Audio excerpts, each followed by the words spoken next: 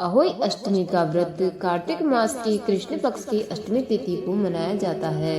यह व्रत विशेष रूप से माताएं अपनी संतान की लंबी उम्र, सुख और समृद्धि के लिए करती है और कथा सुनती है।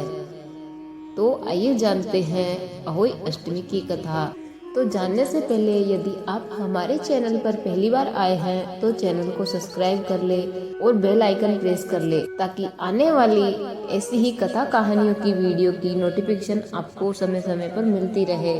और यदि वीडियो पसंद आए तो वीडियो को लाइक करें और शेयर जरूर करें। तो आइए जानते हैं। अहोई अष्टमी की कथा के अनुसार बहुत समय पहले एक गांव में एक साहूकार और उसकी पत्नी रहते थे।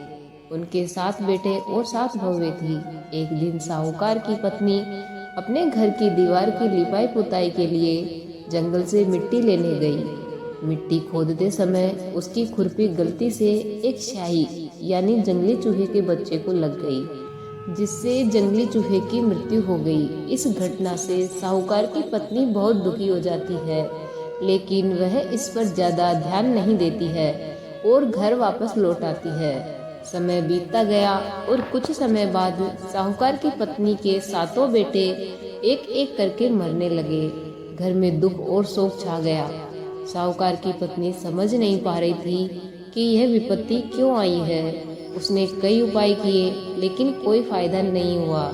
तब किसी ने उसे बताया कि जिस दिन उसने शाही के बच्चे को मारा था, उसी दिन से उसके परिवार पर संकट आया है।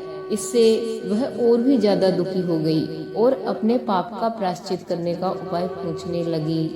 गांव के पंडित ने उसे सलाह दी कि वह कार्तिक मास की कृष्ण पक्ष की अष्टमी के दिन शाही माता अहोई माता की पूजा करे और इस दिन व्रत रखे। पंडित ने यह भी बताया कि व्रत को विधि पूर्वक करने से उसके सभी कष्ट समाप्त हो जाएंगे और उसके पुत्र पुनः जीवित हो जाएंगे। साहूकार की पत्नी ने विधि पूर्वक अहोई माता का व्रत किया। उसने अहोई माता की पूजा की और सच्चे मन से अपने पापों के लिए क्षमा मांगी। उसकी श्रद्धा और भक्ति से प्रसन्न होकर अहोई माता ने उसे आशीर्वाद दिया, जिससे उसके 7 बेटे फिर से जीवित हो गए और उसके घर में फिर से खुशियां लौट आई। तब से अहोई अष्टमी का व्रत संतान की लंबी उम्र, सुख और समृद्धि के लिए किया जाने लगा। इस दिन माताएं अहोई माता की पूजा करती है और शाम को तारों के दर्शन करके व्रत का समापन करती है। जैसे अहोई माता ने साहूकारनी को आशीर्वाद दिया, वैसे ही सबको देना। कहता न सुनता न, हुकारा भरता न, सबको आशीर्वाद देना। बोलिए अहोई माता की जय।